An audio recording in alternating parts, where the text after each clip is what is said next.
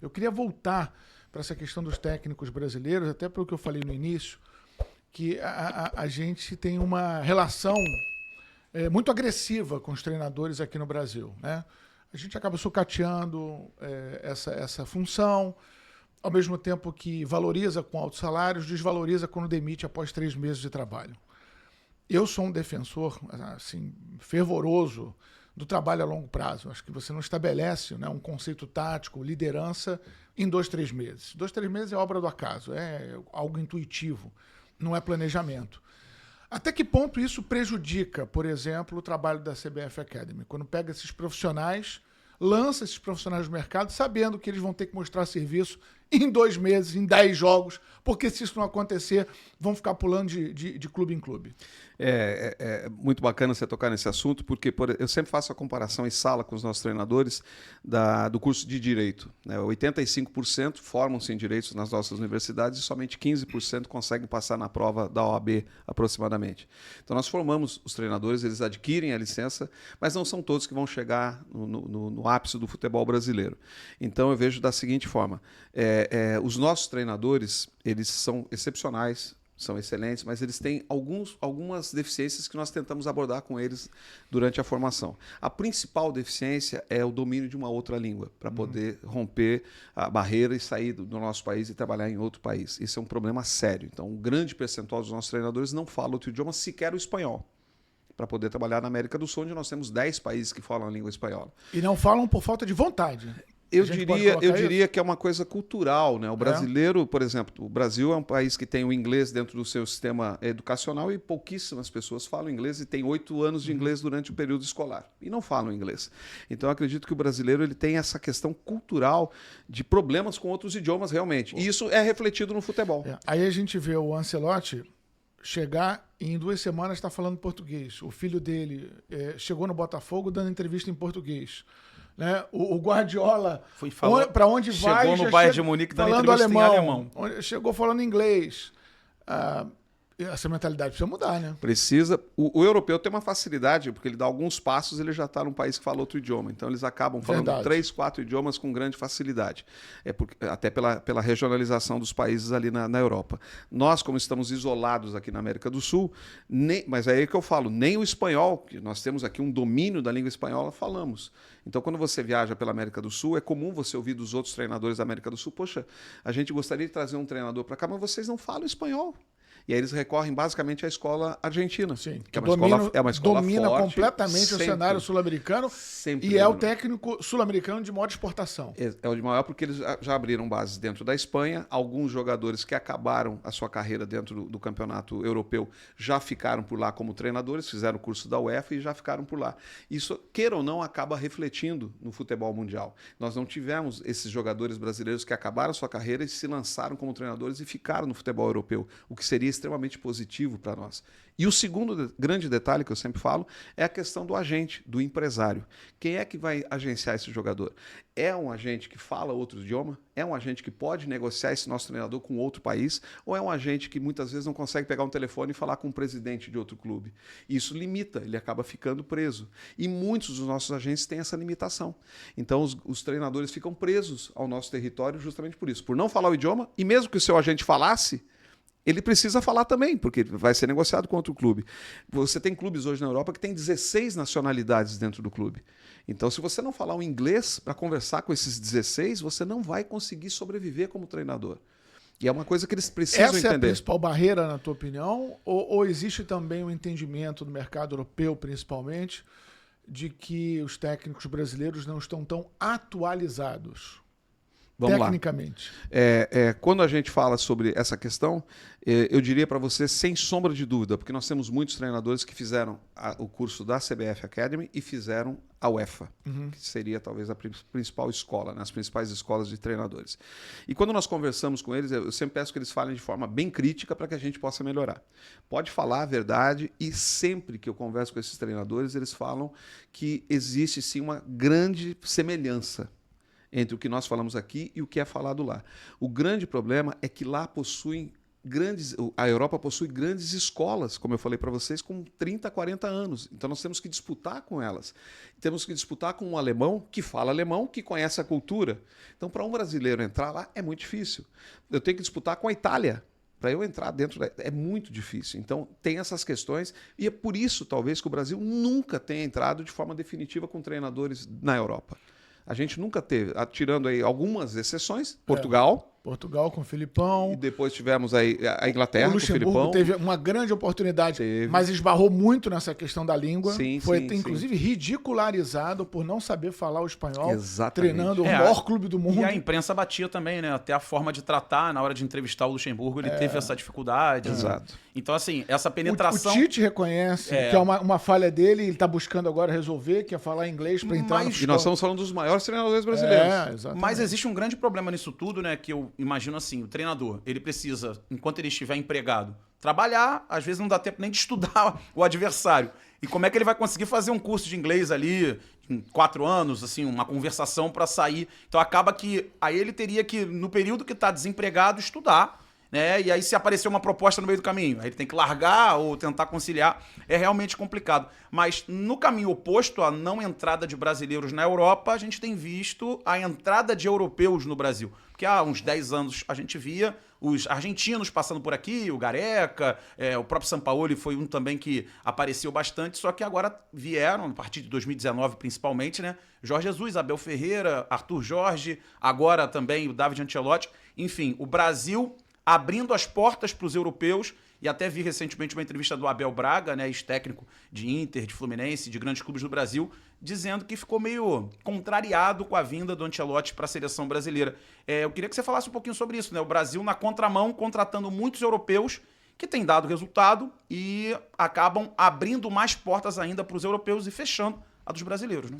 Então, hoje o Brasil é a Premier League da América do Sul. O campeonato inglês, ele tem 14 estrangeiros hoje, que não são ingleses, treinando as equipes da Inglaterra. A Inglaterra não ganha uma Copa do Mundo há 60 anos aproximadamente, né? E não está nem aí para a Copa do Mundo. Nós, brasileiros, é que temos a Copa do Mundo como baliza, como mediador do nosso futebol. A qualidade do nosso futebol está ligada à Copa do Mundo. Se nós não ganhamos Copa do Mundo, nós não somos bons. Então, eu estou falando da Inglaterra, que hoje tem o futebol mais rentável do planeta e que não tem Copa do Mundo há muito tempo. Então, é a forma de pensar. Então, quando você pensa nessa questão, você começa a refletir sobre o nosso treinador e hoje nós atraímos. A formiga vai onde está o açúcar. Então, nós temos um dinheiro muito grande hoje aqui, superior a muitos países europeus. Na primeira divisão e até na segunda divisão. São salários atrativos. E aí, volto a falar, entra o empresário, entra o agente desses estrangeiros que descobriram esse mercado, que já estão aqui dentro, inseridos, e estão negociando. Já foram conversar com os presidentes dos clubes, já se espalharam pelo território brasileiro e eles começam a fazer essa concorrência. Do mesmo jeito que na Inglaterra tem os agentes que levam treinadores estrangeiros para lá. Então nós temos que entender isso, nós temos que nos qualificar mais, aí que vem a nossa cobrança em cima dos treinadores. Ou existe essa qualificação do idioma, ou você... Porque o sonho do jogador brasileiro é sair do Brasil e jogar na Europa, mesmo jogando no Flamengo. Lembro o Vinícius, com 18 anos, falando que queria ir para a Europa. Mesmo jogando no maior clube, um dos maiores clubes do mundo, ele está no Brasil. Ele quer ir para a Europa. O nosso treinador não é diferente. O nosso jogador consegue, jogando futebol. O nosso treinador é um ou outro que vai ser campeão. Então, diminui muito essa expectativa de negociação dos treinadores. Eles precisam o quê? Se qualificar. O Brasil hoje tem cerca de 4 mil pessoas ligadas ao futebol pelo mundo. É o país que mais tem. Nós temos treinadores, auxiliares, preparadores físicos, auxiliares, preparadores de goleiros, analistas de desempenho espalhados pelo mundo todo.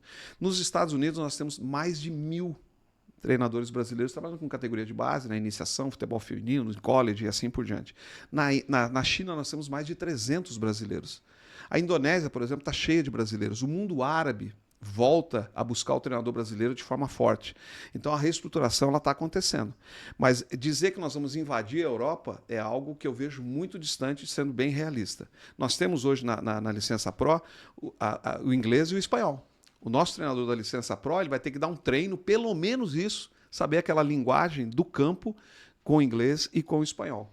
Mas também nós temos muitos treinadores que vêm desses países fazer a licença aqui e conversam com os colegas e explicam. Cara, você precisa fazer para ir onde eu estou. Eu quero te levar, mas você precisa falar o inglês, você precisa falar espanhol. E eu diria para você mais, com a chegada do carro elétrico, os árabes diminuíram 30% a arrecadação de venda de petróleo. Estão investindo muito no futebol. Já tem outra Copa do Mundo pronta para lá. Eu hoje investiria até no árabe. Por incrível que pareça. Por quê? Gostam de brasileiros. Se chegar lá falando árabe, eles vão te abraçar porque eles adoram quando alguém fala o idioma deles, que é difícil. E aí você vai ter o quê? Hoje eu diria que talvez o futebol mais promissor é o do árabe. É o mundo árabe. Então os brasileiros têm que começar a buscar essas novas fronteiras para serem desvendadas.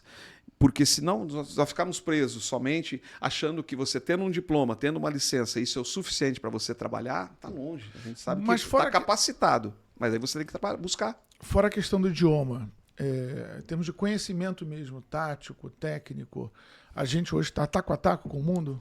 Maravilha. Não fica atrás de nada. Maravilha. Como eu falei para você, a gente recebe muitos portugueses para fazer a nossa licença.